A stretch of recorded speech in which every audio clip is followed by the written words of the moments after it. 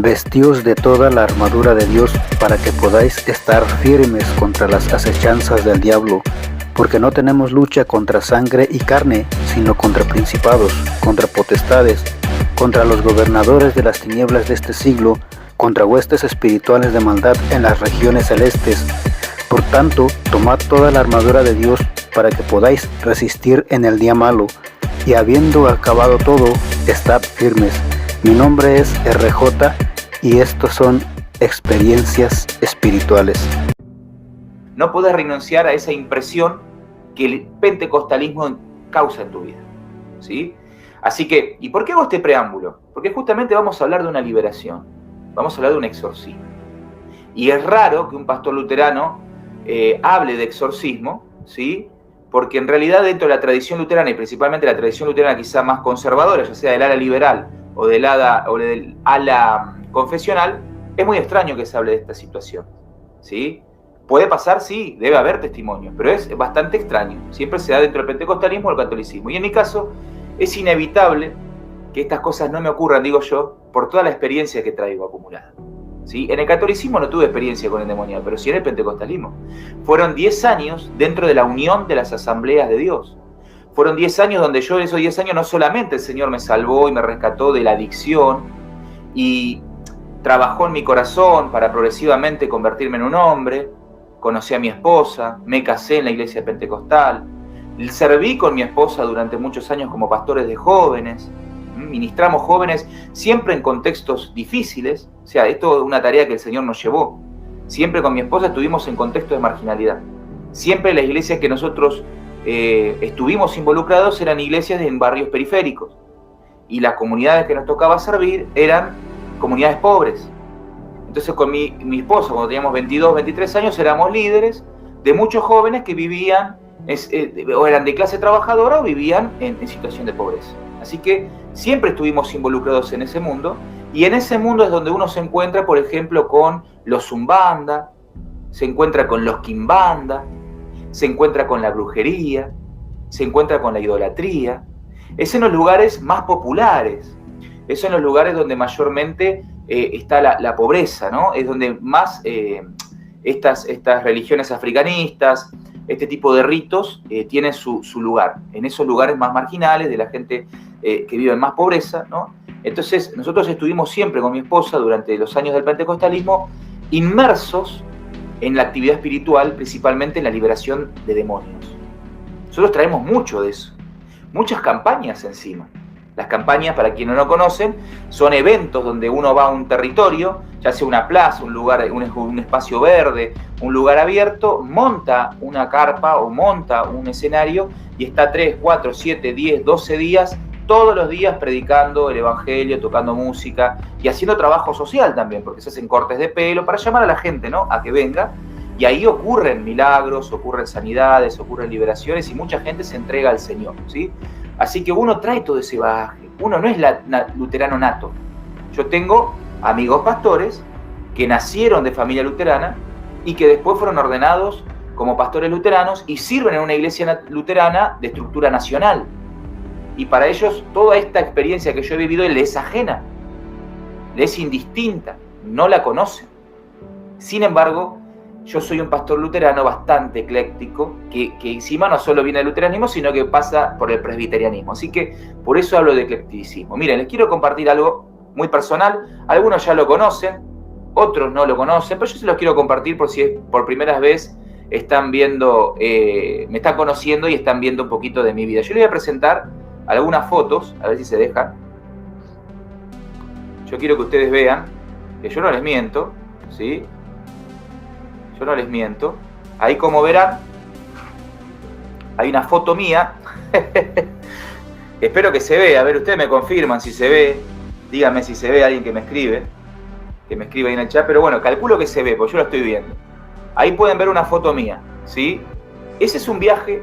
Yo soy de Mar del Plata. Ese es un viaje que hicimos de 4 días con mi pastor y la iglesia, parte de la iglesia, del equipo de ministración. Yo, como líder de jóvenes, fui llevado.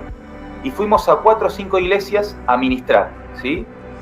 No fue una actividad evangelística, sino que el pastor fue invitado a un circuito de iglesias a predicar, ¿no? Estábamos en esa onda del avivamiento en esa época. Y bueno, ahí me ven orando ese era el hijo del pastor, que era el baterista, pero que estaba viviendo situaciones muy difíciles, me acuerdo. Principalmente estaba viviendo, bueno, no lo puedo decir obviamente, pero estaba viviendo situaciones difíciles, luchas internas con pecados. Y se manifestó ese día. Ese día él se manifestó y yo oré por él, ¿no? Acá es antes de que se manifestara, ¿ven? Yo estoy ahí con un traje, medio gordito, no tan gordito como estuve después, pero ahí me ven, orando por dos jóvenes en esa iglesia de Buenos Aires, ¿no? Una iglesia pentecostal, ¿ven? Y ahora les voy a mostrar otra foto, ¿ven? Acá lo estoy abrazando, ¿ven? La iglesia muy rústica, ustedes se darán cuenta, una iglesia de barrio, una iglesia popular, una iglesia en lugares, me acuerdo que ese día, era un domingo a la noche en Buenos Aires, se escuchaban tiros. Buenos Aires, provincia de Buenos Aires, principalmente en conurbanos, son lugares muy peligrosos. Y recuerdo que nosotros estábamos en pleno culto y se escuchaba como había como una guerra entre bandas en ese momento y se escuchaban los disparos, ¿no? Bueno, verán, es una iglesia muy humilde, ¿sí? Una iglesia muy sencilla, por así decirlo. Acá, bueno, acá estoy tocando el bajo en una campaña evangelista, ¿ven? Jesús todo lo puede, era el lema en esa época. Jesús todo lo puede, ahí estoy tocando el bajo yo, mi esposa está acá, ahí la apunto con la flechita, está cantando, ¿sí? Bueno, y acá hay otras hermanas, Graciela, esta hermana no me acuerdo cómo se llama, Damián, el hermano del pastor, un baterista extraordinario, ¿sí? Bueno, y acá ya me van a ver también. Acá habíamos ido a una iglesia en Olavarría, que era una iglesia de avivamiento, del pastor colombiano famoso que se llama Rodríguez. Y me acuerdo que fuimos a Olavarría a buscar la unción. Fuimos a buscar la unción en ese momento para traer la Mar del Plata y traer el avivamiento, ¿no? Bueno, fuimos a Olavarría, una gran iglesia gigante, muy bella que había, y estoy con mi esposa y mi suegra después de haber recibido la unción, ¿no? Bueno, esto se los comparto yo para que ustedes vean ese trasfondo y pasado pentecostal muy fuerte en mí, que después, por distintas razones de la vida, yo me alejo del pentecostalismo bastante herido, bastante enojado, y bueno, posteriormente a un periodo de enfriamiento muy fuerte en mi vida, regreso al Evangelio, pero ya en la antítesis, y regreso escuchando a Washer, escuchando a todos estos pastores neorreformados, cesacionistas, anticarismáticos, y un poco me volví anticarismático, un poco me volví antipentecostal. De hecho, en un momento de mi vida, yo recuerdo que atacaba muchísimo a los pentecostales. Incluso en Cultura Teológica habrá algún video diciendo alguna cosita en contra de los pentecostales. Pero yo creo que también eso fue en parte por la herida muy grande que viví yo dentro de los movimientos ya finalizados carismáticos, también por obviamente un sesgo y por una mala teología, y por algunas razones más que todavía no he descubierto, pero me volví bastante fuerte en los cesacionistas y principalmente, digamos, en hablar mal de los pentecostales, ¿no? Pero bueno, los caminos del Señor son misteriosos y nosotros no entendemos todo lo que pasa. No lo entendemos. Es la realidad, hermano. No lo entendemos. Hay que aceptarlo. Hay que aceptarlo. Y hay que ser humilde para reconocer cuando nos hemos equivocado. Hay que ser humildes. Es difícil ser humildes, ¿eh? Principalmente yo, que ustedes se darán cuenta que tengo un carácter bastante fuerte, orgulloso, ¿no? Es difícil, pero el Señor te quebranta. El Señor te humilla.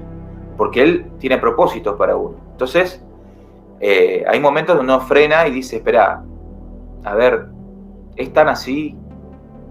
¿Es tan así?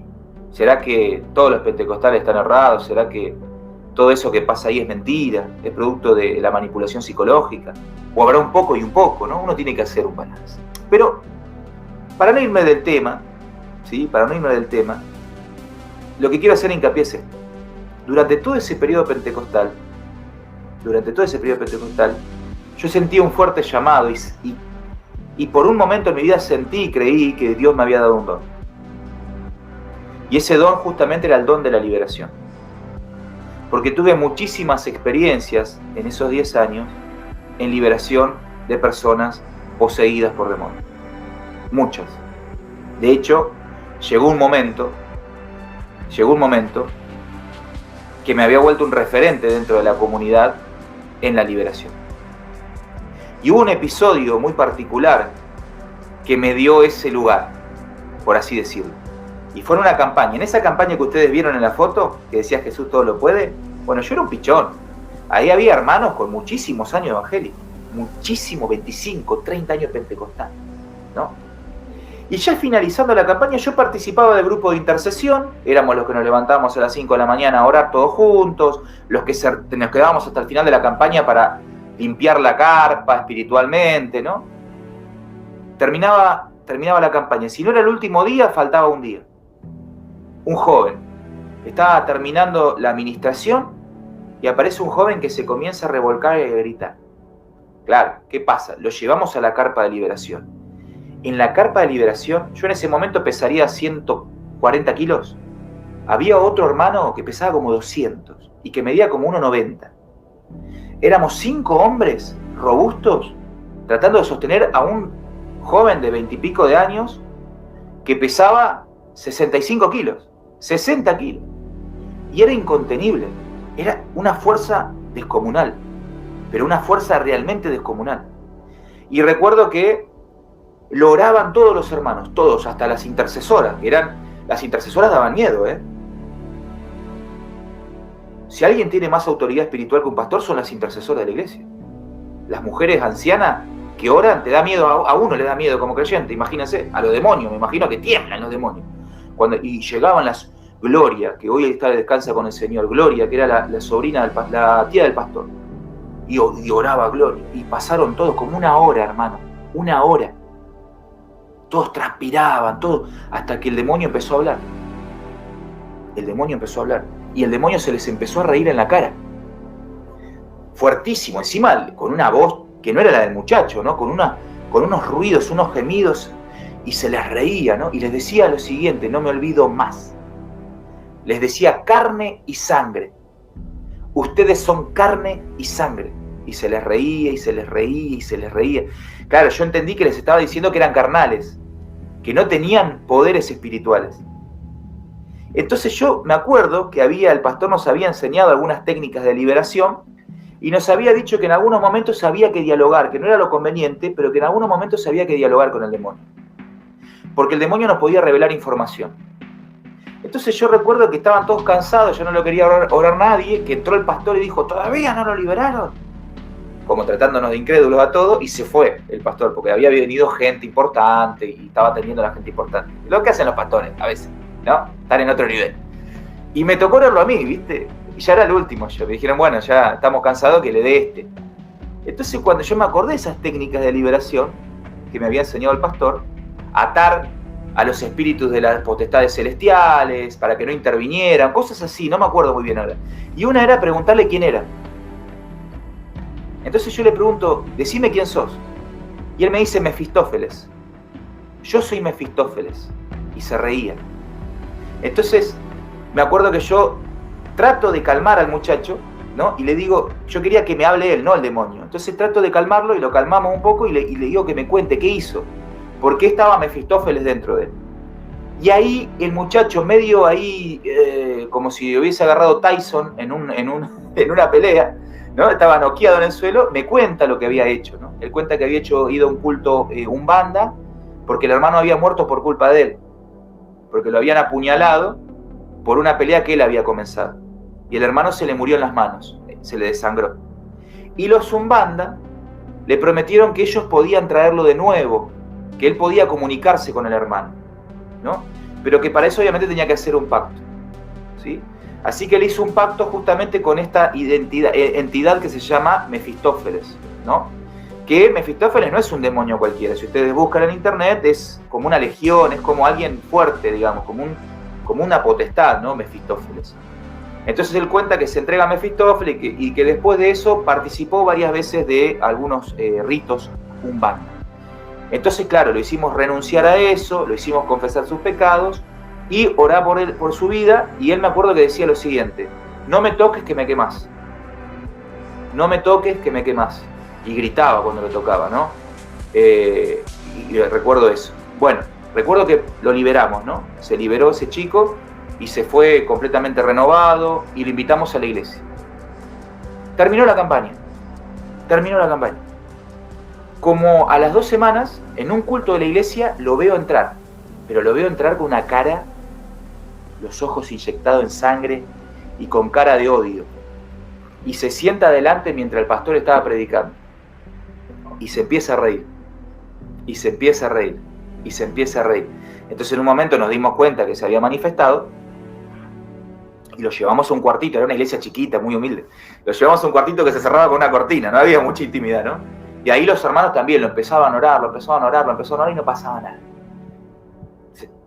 Ahí yo ya era un campeón porque había sido el que lo había liberado en la campaña, así que me llaman a mí, entonces voy y me acuerdo que pasó lo mismo, lo tocaba y me decía, no me toques porque me quemes, no me toques porque me quemes. Bueno, resulta que pasó el mismo proceso, ¿no? Se lo liberó nuevamente de esos demonios y se le explicó que si él volvía nuevamente a sus actividades pecaminosas posteriormente a una liberación, la palabra de Dios decía que 7 peores entraban de nuevo en él. Entonces que no era una broma lo que él estaba haciendo, que él tenía que realmente recapacitar y venir a la iglesia, ¿no? Y arrepentirse de sus pecados. Bueno, listo. Ahí termina la experiencia. De esas tuve muchas anécdotas, ¿sí? Y posteriormente es como que el Señor me fue llevando a ministrar gente con peores problemas espirituales. El mayor combate, que también mi mamá lo tuvo, mi mamá estuvo presente, ella creo que estuvo presente en la peor, yo no estuve en la peor, pero fue una bruja quimbanda. Una bruja quimbanda que había llegado a altos niveles espirituales dentro de la secta. Había llegado a altos niveles espirituales dentro de la secta. Y para llegar a esos altos niveles espirituales había cometido cosas atroces. Atroces. Impensadas para cualquiera de nosotros. Impensadas. No la voy a decir porque son de mal gusto, pero cosas atroces. La palabra sería necrofilia. Para subir de nivel, la práctica de la necrofilia. Pero el relato nosotros lo conocemos a detalle, porque ella lo confesó. ¿Sí? A detalle. Necrofilia. Cosas muy fuertes ocurren.